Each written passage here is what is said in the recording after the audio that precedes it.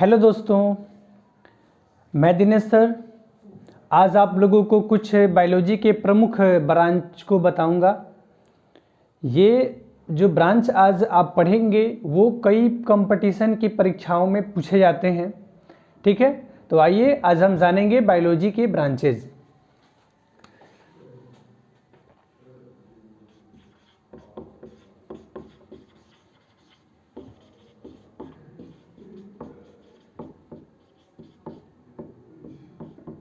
Biology की शाखाएं, ठीक है बाबू। इसमें सबसे पहला है एपीकल्चर।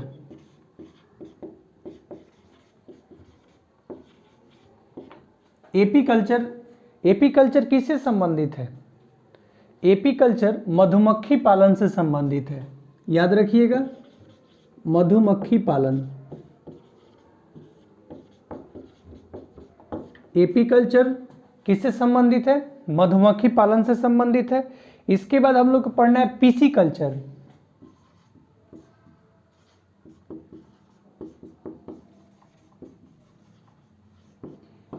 पीसीकल्चर किससे संबंधित है?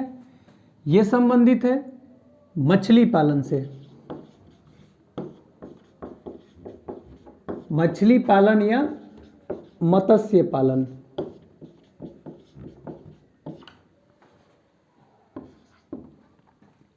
तीसरा है सेरीकल्चर।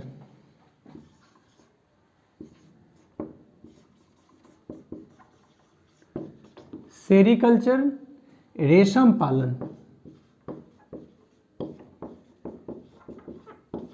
रेशम पालन। 4 नंबर में है एग्रीकल्चर।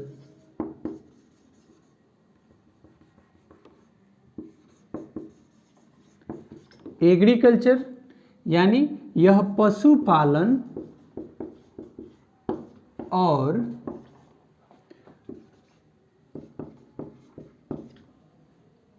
फसल संवर्धन से संबंधित है, यानी कृषि से संबंधित है। कृषि से संबंधित है, ठीक है। इसके बाद हम लोग को पढ़ना है फ्लोरिकल्चर।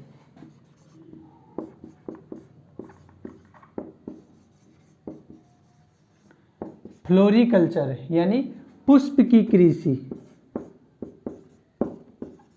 पुष्प की कृषि, पुष्प की खेती करना फ्लोरिकल्चर कहलाता है। ठीक है, तो आप इसे नोट कर लीजिए, फिर मैं आगे बढ़ता हूं।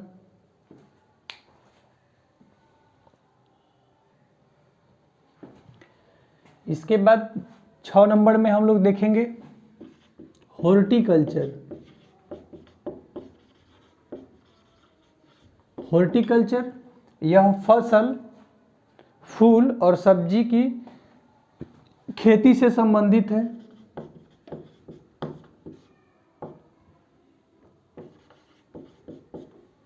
फूल और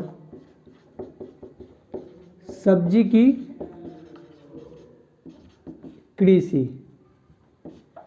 इसमें लगभग फसल भी आ जाता है, फूल भी आ जाता है और सब्जी, ये तीनों चले जाते हैं। 7 नंबर में है वर्मीकल्चर। वर्मीकल्चर इसमें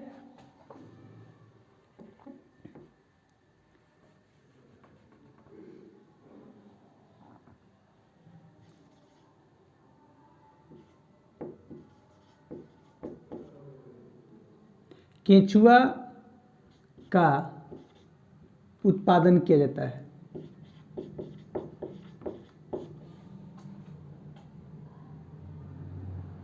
आठ नंबर में है पोमोलॉजी।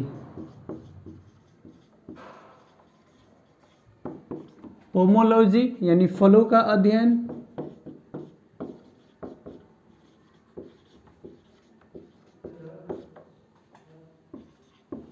नौ नंबर में है एंथोलॉजी।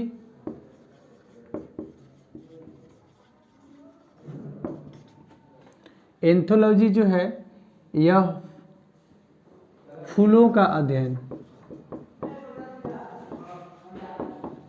फूलों का अध्ययन।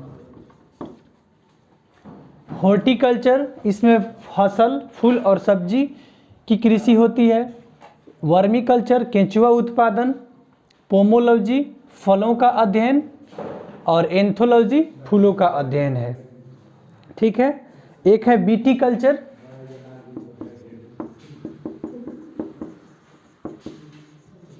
विटीकल्चर में अंगूर उत्पादन किया जाता है। विटीकल्चर बायोलॉजी का ऐसा ब्रांच है जिसमें अंगूर का उत्पादन किया जाता है। ठीक है।